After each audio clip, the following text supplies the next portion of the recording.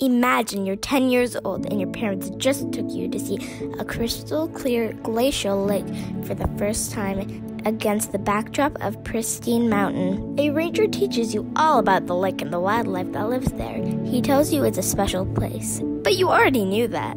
And he tells you it's your responsibility to take care of this lake and its surrounding mountains. The task seems overwhelming and is a little more than you bargained for. As a senior ranger, I, Peyton, Hudson, I, Kendall, promise to protect and preserve Glacier National Park and all the plants and animals that live here. This is its favorite meal, the mountain lion. And it hangs out in the trees and it jumps down sometimes and gets the deer on the back of the neck. That really hurts. When Peyton, Hudson, and I took our junior ranger oath, we understood what the ranger meant by caring for the park.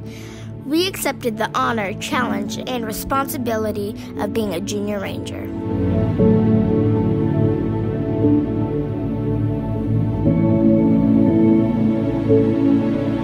We made it to Glacier National Park, and behind me is Bowman Lake. Buddy, what are you doing? Seeing what colors the rocks are.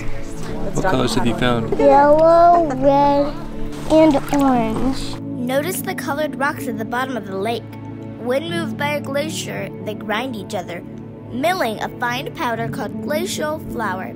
The flour stays in suspension in the water. The reason the water is so blue is because water molecules selectively absorb the red part of the visible spectrum, allowing us to view beautiful, vibrant blues.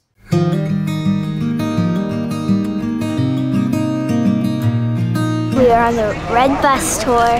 We are driving on going to the Sun Road to Logan Pass. The red bus tours go everywhere in Glacier National Park, including to the top of Logan Pass, which is at the top of the Continental Divide and accessed by the Going to the Sun Road. The park is very serious about limiting the size of vehicles allowed on the road, as it is very narrow, very popular, and has very few turnouts. Sure, I could have driven our long bed dually to the top and dealt with the looks of scorn and disgust, not to mention the scolding from everyone riding with me. The real reason to ride the bus was there would not have been any parking for us.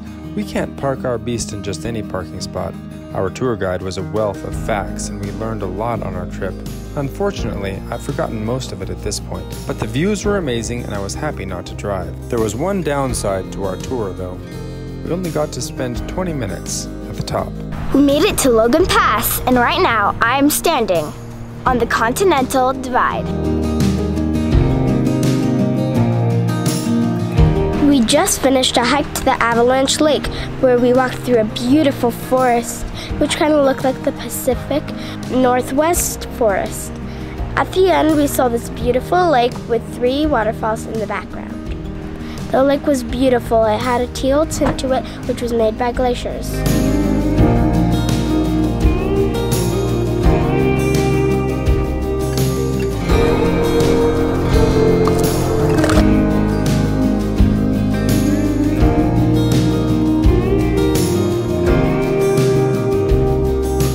We're here in the tiny town of Polebridge, just outside of Glacier National Park. We have been told that this place, the Polebridge Mercantile, has awesome pastries, most famously known for their Huckleberry bear claws. Let's go see what's inside. The Polebridge Mercantile, a quaint little store where we were recommended to get Huckleberry bear claws. I can't believe we didn't stop here the first time. We just drove right on by and we had to be told to come back. This really would be devastating. A tragedy if we hadn't turned around the next day to come back. So let's try it out. They're cranking these things out like crazy in there. It's their best-selling thing, like Huckleberry bear claw. Do you want to take the first bite? You want me to? Oh, you're trying the jalapeno bread. I'm trying a jalapeno. So good. You go for it. Huckleberry bear claws. Best thing here at the Polebridge Mercantile.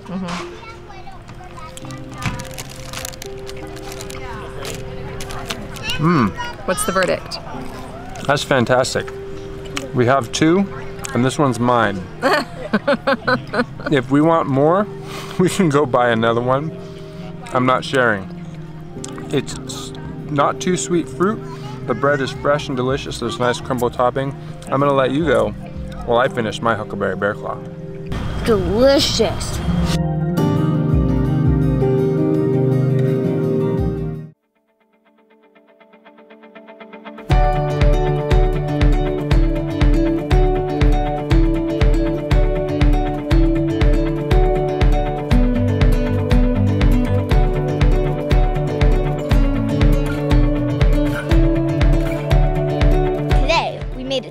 Flathead Lake.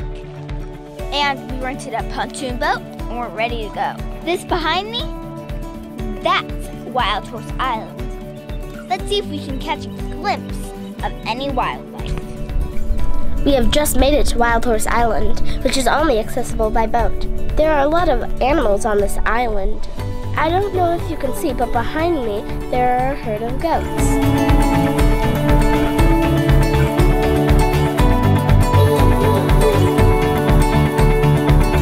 Wild Horse Island was teeming with wildlife. We saw mule deer, goats, bighorn sheep, and of course wild horses. There are no predators on the island, so the animals seem quite relaxed. There are signs reminding visitors that animals are wild, so don't approach too closely. After I found the horses, I learned they are a rare sight, even though the island is named after them. There was a big black stallion who watched over all his mares. When we met, he was cordial and he checked me out to make sure I wasn't a threat. He allowed me to take pictures, but made sure I kept my distance and always stood between me and his mares. Not realizing what the rules were, I walked around him to get a closer picture of another horse. I didn't realize my mistake until he very firmly yet calmly explained I was no longer welcome because I broke his rules. He walked me to the edge of his herd and told me to leave and to tell my story to others.